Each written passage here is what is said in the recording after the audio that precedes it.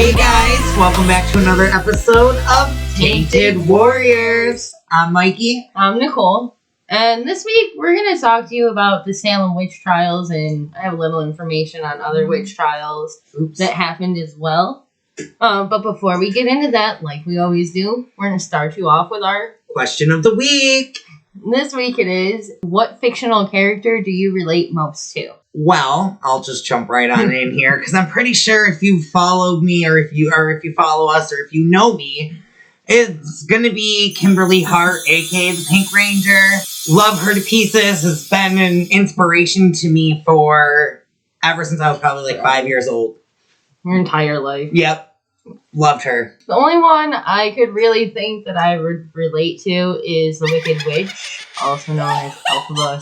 I feel like if I had to pick between like Wicked Witch versus Elphaba, I'm more Elphaba-ish. If you don't know, Elphaba was basically the background of the Wicked Witch. She was the Wicked Witch before she turned evil, supposedly, and right, because you do have a heart. It's not like you're cold as ice person. I mean, once you get to know you and everything, you are a great big personality like Elphaba was. You just have a side that you don't want to mess with.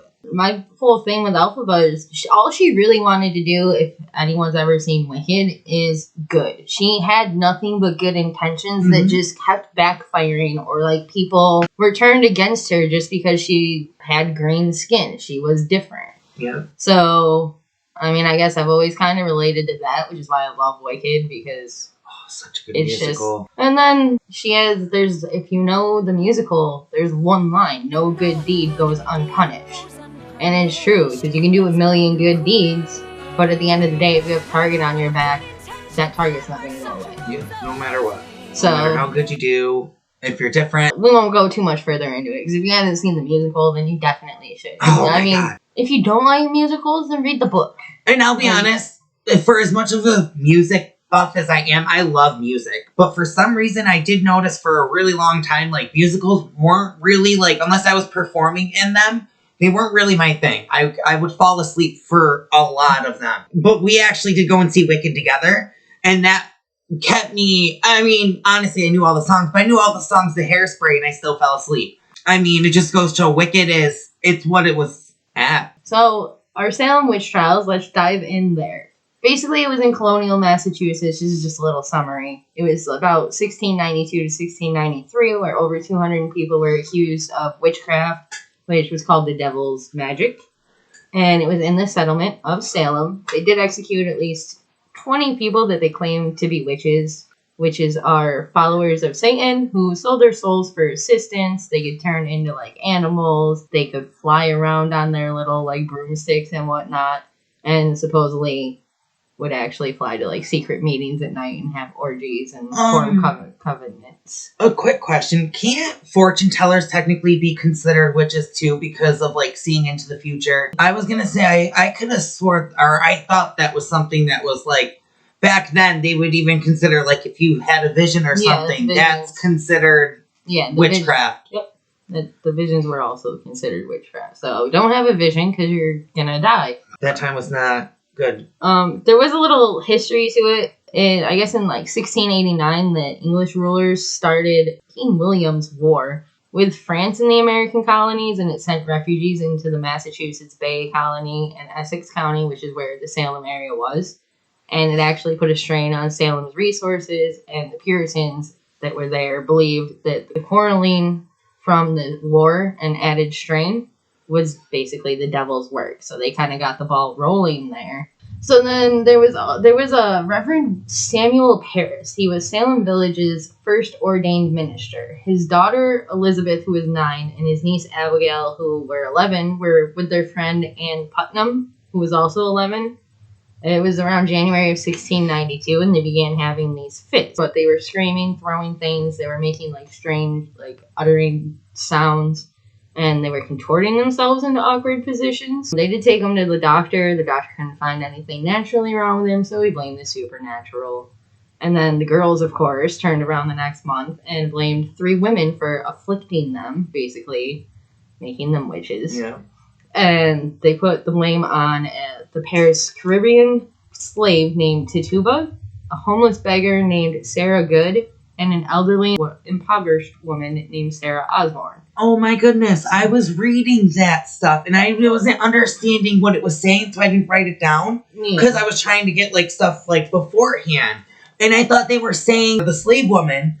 Like, I didn't think they were saying her name, so I didn't write that down. Oh. And then I thought they were just calling the second girl like a homeless woman. So I was like, oh, I don't think I should put this down here. But that's really, I'm so sorry, I didn't mean to go off track, but that's really cool. You're going to target basically the easy targets if you need a scapegoat. Totally. Which is basically what I saw when I was researching this, is it was all just a bunch of scapegoats. Mm-hmm.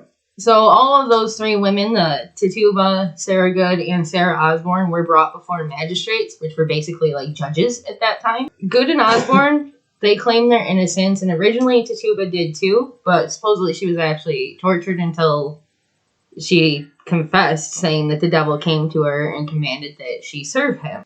She then described images of black dogs, red cats, yellow birds, and a dark man requesting she sign his book. She signed the book and said that she had seen the names of several other witches, which had all aimed to destroy the Puritans. So, of course, that's going to fuel the fire. Mm-hmm. All three of those women did get jailed. And then on May 27th of 1692, Governor Phipps had ordered a special court of Oyard and Terminer, which means to hear and to decide. He ordered that to be established. And then he brought up the first case, which is Bridget Bishop. She was the very first woman to have been convicted of witchcraft, being a witch. She was actually hung in 1692, all because of the group of girls said that they were possessed by the devil, and they said that Miss Bishop was the one that bestowed this upon them. And that kind of just got the ball rolling. There was really no other, like, proof, I guess, you kind of needed back then to blame somebody for witchcraft, I guess. I did see that she was known to be a gossiper and to be promiscuous, which, promiscuous, I mean, the devil loves getting around. Yep. So they're going to take the little things like that and be like, no, that's not what a child of God would do. So a Puritan, you know. Right. You did say she was hung. I did write down that it was on Gallows Hill. That was a famous place where they like to hang their witches, and it actually still exists. I mean, like, obviously, you're not going to see, like, huge structures where they hung these witches. You're going to see, like, trees and stuff, but, like, you can go there, and they have, like, still pretty they actually have witches' names in stones along one of these little ridges in front of Gallows Hills. That's really cool. Kind of a memorial, because eventually they did apologize in Massachusetts. It's like, they were wrong. Oh, yeah, I have a little bit about that. There was a minister named Cotton Mather who actually tried to get the courts not to allow the testimonies about dreams and visions, but he got ignored, of course, and 5 more people were sentenced and hung, I think, within a month of Bridget Bishop. And then in October, there was a Harvard president named Increase Mather. Yes, he was Cotton Mather's son. He claimed it was better that 10 witches go free than 1 innocent person be condemned, which is something I agree with to this day. Yep. Like, I would rather you let 10 criminals go than 1 innocent person have to fucking suffer. Right. I agree 100%. So after this, the governor, though, Governor Phipps, he did have a change of heart. His wife ended up being accused of being a witch. Or I don't know if she was accused, but she was questioned, at least, as a witch. So he dissolved the court of Oyer and Terminer, and he replaced it with the Supreme Court of Judicature, which did not allow the spectral evidence, which is like the visions and the dreams. They only condemned 3 out of 56 defendants that they saw in that court. Wow. Right, versus everybody that was dying in the one that was established before based off visions. Right. By May of 1963, Governor Phipps did pardon all who were imprisoned at the time of witchcraft, but 19 had already been hung in Gallows Hill. One elderly man was actually pressed to death. They put heavy stones on him for 2 days until he died. What? And then several people did die in jail also. It didn't just have to be, like, bad people, I guess you could say. There was a man named George Burroughs who was a minister in Salem Village from 1680 to 1683. He had moved to Maine. He had a new home in Maine, but they summoned him back to Salem. and accused him of being the ringleader of the witches. Ugh. He and 4 others got hung on August 19th. And when he was hung, he perfectly recited the Lord's Prayer, which is not something witches were supposed to be able to do. So people in the crowd were taking note, like, wait, he's not supposed to be able to do that. But obviously that didn't stop the hanging. So that's crazy. I mean, I think that right there should have been your proof enough to be like, right, hey, he can't, you know what I mean? Like, we shouldn't be doing this if... Right. I don't know. Because if you watch anything on TV or you hear anything, like, you're supposed to, like, burst into flames, or, like, your skin's supposed to turn to boils, like, you're burning from the inside out. Right. If you're evil and reciting anything religious like that. So... Yes. I didn't look it up, it's just something I remember. I did remember one of the tests, or I thought one of the tests, too, was also swimming. Like, I guess they didn't really know how to swim back then, and I feel like a witch was supposed to be able to swim. Did you have stuff on that? I also thought that, and I did look into that. Oh, I just... And, well, the thing about it is that didn't happen with the Salem Witch Trials. I think in school that we were taught to think that the Salem Witch Trials were bigger than they were. The Salem Witch Trials, which is the rest of my information I have, is part of a larger problem. So for centuries, there were witch trials going on in North America, in England. So Salem didn't do, from what I found, they didn't do any swimming tests or burn anybody, like, at the stake. But in, like, Europe, that was not the case. Like, Germany was really big on burning people at the stake. And I actually do have a couple examples, or at least one example of someone being tied up. Oh, I didn't know that. So, yeah, because like I said, I could have sworn in school we learned that that's what, it was the swimming. And, like, because I remember always thinking it was the double-edged sword right there. Because, I mean, I feel like... if you swim, you're going to die. And your body has a natural reaction. You know what I mean? So whether you knew that if you could swim or not, and your body just happened... you're going to try to do it, and then you happen to float up, and then they kill you anyway. Right. That... Yeah. I mean, that is...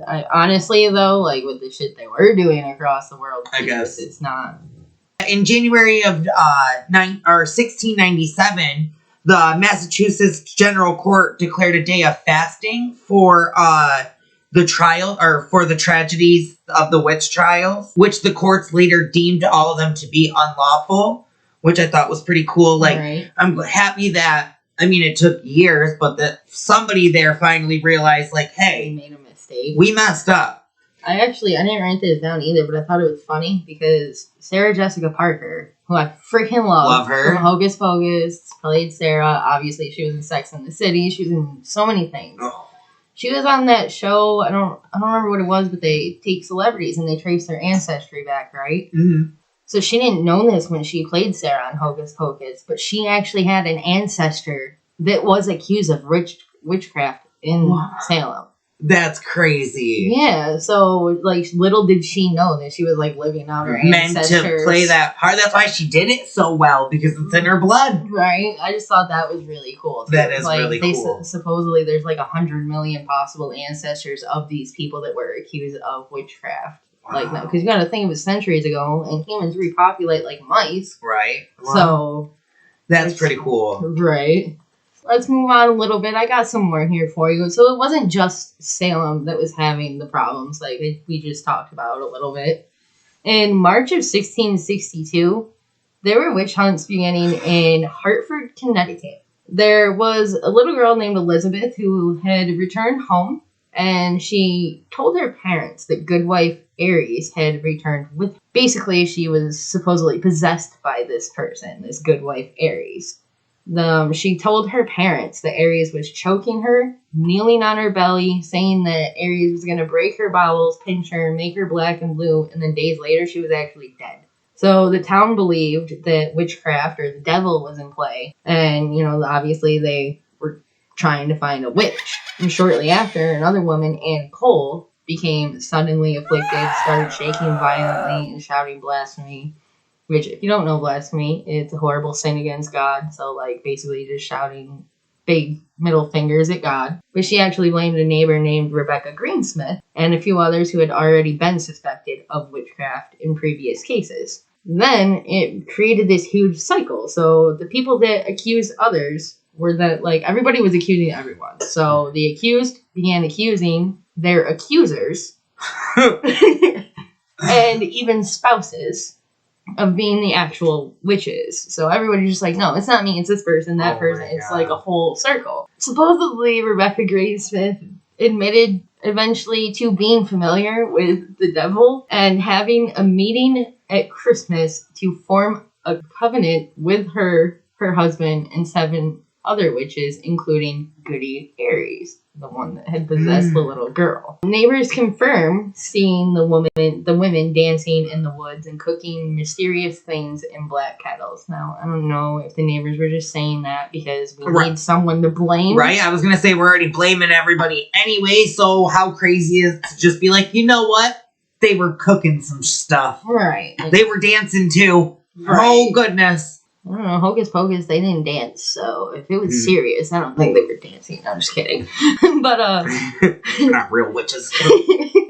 Did you have a dead man's toe? No. Dead man's toe! So, after the trial, the Greensmith's verdict from the court was that they deserved to die according to the law of God, because they did not have the fear of God in their eyes, which indicated that they had entertained the devil and offered a hand to the enemy of God. So keep that in mind, because this was before common laws. So back then, they did kind of govern according to their religious beliefs. They didn't have the separation of church and state, because they didn't have, like, real governments like that. Like, you know what I mean? They were kind of figuring things out. So, like, they had their courts and, like, their own justice system, but they didn't have everything that we had. Like, the Constitution was what, 1776? We're talking 1600s. Oh, right. I didn't even think about that. Right. So they're not. So you're right. It is a little bit more religious based, and if you didn't believe in God and you didn't, like, live for Him to do right by Him, you were just screwed. Like, you didn't deserve to be alive. I'd be fucked. Not that I don't live for God, because I mean I do, but you know what I mean, like, because they don't like gay people, obviously. There's a billion things we'd be screwed for. We stole petty little things. That alone is not good in the eyes of God. You probably wouldn't die, but who knows? Well, you probably would. I don't think I had have a fear of God in my eyes in that moment, so I probably would be condemned. No, you're a hardened criminal. 2 suspects in the Greensmith trial, they did have a test done. They had their hands and feet bound, and they were thrown into the water to test the theory of whether or not witches could swim. Wow. How funny is that? I didn't know. I will just say, just a little glimpse. I usually look at Nicole's notes every week, like we'll kind of compare notes a little bit. I didn't do that this week, which is why I just asked her about water. It was weird, because I tried to hand them to him once or twice, and he didn't even take them. Yeah, I don't know. Like, okay, we're waiting it. I guess. Yeah. But it's working. So. It is. Hey. I do have here that these were the last executions in Connecticut, though witch hysteria did break out in Fairfield, Connecticut in 1692. No one convicted in that area was met with death. Well, that's good, at least. I mean, it probably still... They were probably imprisoned, right? But, I mean, at least they still get to live. They did actually hold their final witch trial in 1697. But in about 50 years, there were 46 prosecutions and at least 11 executions, which were all hangings in Connecticut. And, I mean, it doesn't sound like a lot, but you also have to think this was 300 years ago plus. So the population wasn't like it is now. We didn't have all these people, like 46 people. Could wipe out a town. Right, exactly. That's like a town's worth of people back then. Literally. So it's not a small thing. Mm-mm. So we talked about Salem. We talked about Connecticut a little bit. Obviously, I don't have every colony in there, but I feel like it's safe to assume this was going on throughout the colonies, because remember back then we were the 13 colonies. But it wasn't just this area. So it was happening in Germany and Europe. But one example I wrote, I think it was in Germany, but don't quote me. I could be wrong. It was definitely over in Europe area. It was between 1626 and 1631. They got a frost that came and destroyed their crops. So, of course, when that happened, the townspeople blamed witchcraft and devilry. One woman supposedly admitted to fucking with the devil. She was like, yeah, Hi, that's me. She was like, I'm the one. Why? But she admitted it, and of course she got arrested because That's what was expected. Right. I didn't write down what happened to her. I'm assuming she just went to jail. There was a special witch commission that actually did use torture to get witches to try to confess and name other witches. So in 5 years, there were at least 450 confirmed witchcraft cases, is, torture. Those 5 years, the 1626 to 1631, there were at least 450 confirmed witchcraft cases. And that's confirmed because there's not all the documents, you know what I mean? 300, 400 years ago, there wasn't documentation like there is today. Right. So that's 450 confirmed that cases. have actually made it, we know of. But God only knows with everybody accusing everybody and the way that it looks, it seems like there could have been everybody was accused at one point. Right. So the ones that got executed, they were burned. But some of them actually got decapitated first. So, I mean, that's a little bit of overkill. But I guess I think I'd rather be decapitated first. Just so that way I know it's done. I don't know. The suffering of burning. But at the same time, what if they didn't have sharp tools and by decapitated, it's just a fucking hack job, or your steak knife cutting through your neck. I picture a guillotine and stuff like that. It could be. That's what I pictured. I'd rather do that and then let my head roll, bitch, because... But even if that's what you prefer... It wasn't what I get. Most were burned alive. Right. So they would be like, oh, you want that? We're going to burn you. I think that was Germany, because I saw that Germany, I think it said they burned around, in the total scheme of things, all the centuries or whatever, they burned around 40,000 people. Right. What? I don't know. I didn't actually, look into that, and there was just something that happened to pop up when I was scrolling, looking for resources. A crazy number. Right. I don't know if it's accurate, but, I mean, if it is, that's insane. Wow. That puts that 45 people that we just talked about, that town, that turned into a colony. Right? It's a whole friggin', that's half the colony. Oh my God. You got 13 colonies, now you're down to 6. Wow. So yeah, between 1484 and 1750, there were about 200,000 witches that were tortured, burned, or hanged just in Western Europe. Most were women, and many of them were old, vulnerable, or poor. One of them was a woman named Agnes Sampson, who prior to her confession had been kept awake, so she was sleep deprived, and she was fastened to the wall of her cell using an iron muzzle that enclosed her head. It's called a skulled bridle, before she was strangled and then burned at the stake. Oh my God. And it was men, women, and there were actually some children that were even accused of witchcraft and executed during these 2.5, 3 centuries that it was happening. In 1976, Science magazine actually did a study and found out that fungus ergot, which is found in rye, wheat, and other cereals, can cause spasms such as delusions, vomiting, and muscle spasms. And that was very obviously rye, wheat, very big things that they ate back then because you harvest and farmed your own stuff. Right. So a lot of these things that could have been just what they were eating, you eat. You get these things. Knew it. Bam! Next thing you know, you could be accused of being a witch. Not good. You could die all because your parent or your family fed you the wrong. Right, or a little bit of raw. Right, bad. They had no idea that it could do that. And my other little thing is just that when we think about witches, we associate them with broomsticks and flying around. And also when you think of witches, you go to older women, straggly looking.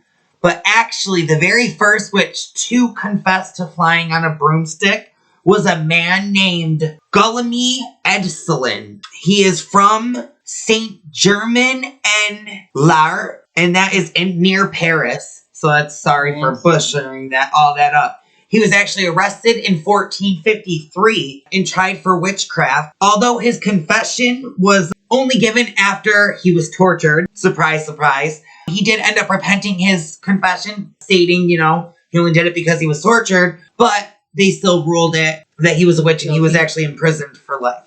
Which I thought was really cool because, like I said, we associate a lot of witches as women. Right. And, the flying on broomsticks, even though they did show that, there was a couple paintings before his, confession of women on brooms. But I think there was just 2 of them, and it didn't really I don't think they were from Paris, so it was kind of hard for him to have seen them. Right. So that's why it was really cool that he was the first guy to kind of say I that. didn't know about that. Right? I was like, oh, I think this is a really cool little fun fact to have. I think with that being said, I think we just nailed the Salem Witch Trials. So we got the shortest episode for you guys to start this off, though. Yeah, we do. It is. I think we went through it pretty quick, though. Don't forget to like, comment, and subscribe. All and tell all your friends. Come on. Where you at? Do you like us? Do you hate us? Do you want us to disappear? What do you want? Well, with that though, keep an eye out because Halloween, we're here. We're in it now. Like I said, this was just a little taste. We just did the Salem Witch Trials as a little. Just wait until we get into our good. I can't wait, guys. With that being said, guys, thank you for watching another episode of Tainted Warriors. Bye.